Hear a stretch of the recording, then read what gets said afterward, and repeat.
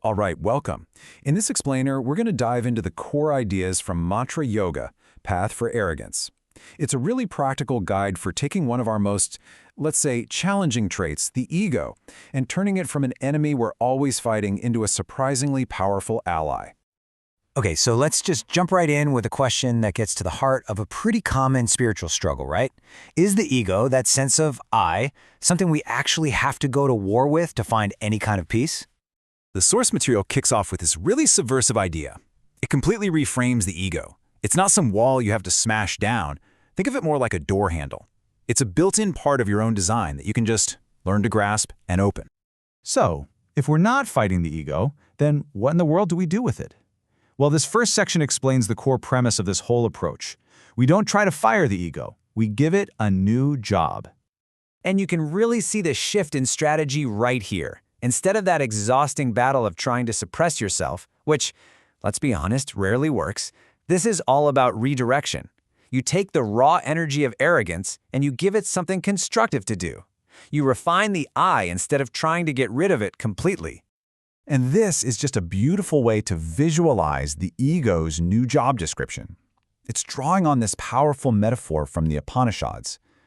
See, the thing about arrogance is it loves a goal, right? It loves a trajectory. So you give it one.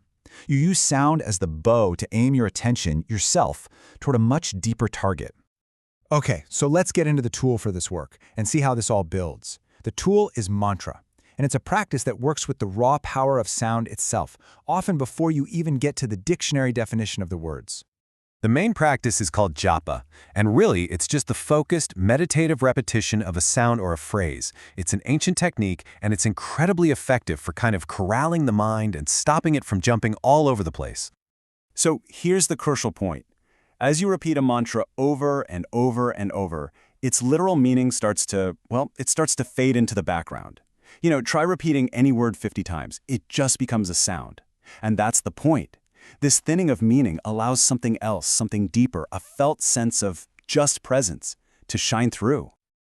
The book presents these classic mantras not as some slogans you have to believe in, but more like tuning forks. Yeah, each one has a specific resonance, and you use them to tune your own inner state to a specific quality, whether that's clarity you're after, or courage, or simply presence itself.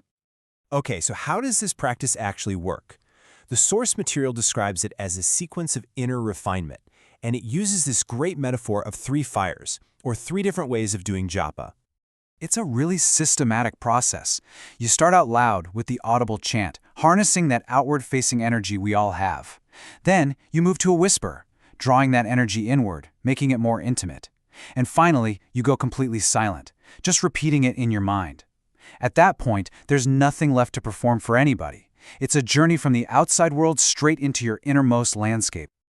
Now, this is not just a practice for a quiet cushion in some remote monastery. The whole point is to bring this tool right into the messiness and the noise of our actual modern lives. Your daily life becomes the practice hall. It becomes the ashram. I mean, every one of these seemingly boring tasks, answering emails, your commute, sitting in meetings, even waiting in line, becomes a chance to use this tool to find just a moment of focus and clarity. And this is where it gets incredibly practical. The source offers this kind of mantra first aid kit with specific tools to meet common roadblocks right when they show up. Feeling anxious? Anchor to your breath with So-Hum. Feeling that flash of anger rising up? A slow, audible Om Shanti can create just enough space before you react. So, what's the ultimate outcome of giving your arrogance this new job? Well, it's a fundamental shift in its role inside your own head. It's like it gets a promotion, in a way. And this right here, this is the key takeaway of the whole process.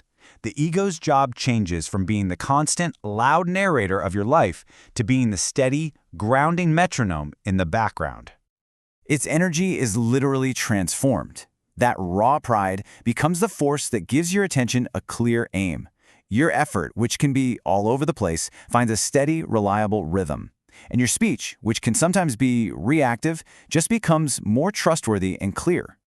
And the path to this transformation is built on that very rhythm.